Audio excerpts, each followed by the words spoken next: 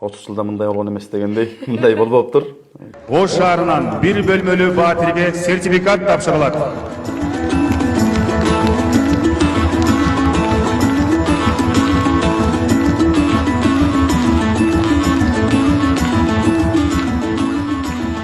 Шахтада алып жүрүп анан сахнага алып келген, бир четинен андан туруп алдык жойт.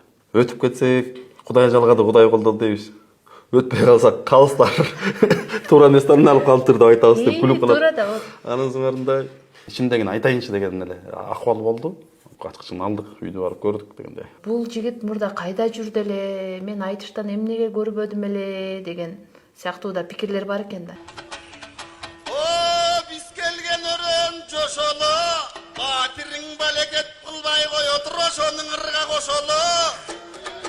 Акындар көп учурда калыстардын койгон баасына Наразы болгон учурларды көрүп жүрөбүз да. Учурашууда самел, ой, бул бала да бар экен. Тиги тууганбай экөөбүз айтчы, дың десе эле жарайт. Бул дың дейт турбайбы деп. Анан деп мардайып калды, мен да бар турбайбы деп. Тамашалап айтканда үйдүн кичиси болсоң иттин күчү бол дегендей. Дайыма эле ошентип ашта, сен жолуң ачылса экен. Сен жолуң ачылса экен деп. Иштей турган жери гана калды деп ойлойм. Анда сиздин батирден да чоң эркиндигиңиз кут болсун. Рахмат. Кайсы жерден келди ошентип да кайсаң болот. Айтыштын ан сайын бир беделин өстүрүп арттырабы же ар бир эки сөздү кошо алган адам эле акынмын дей берип кайра түшүрөбү?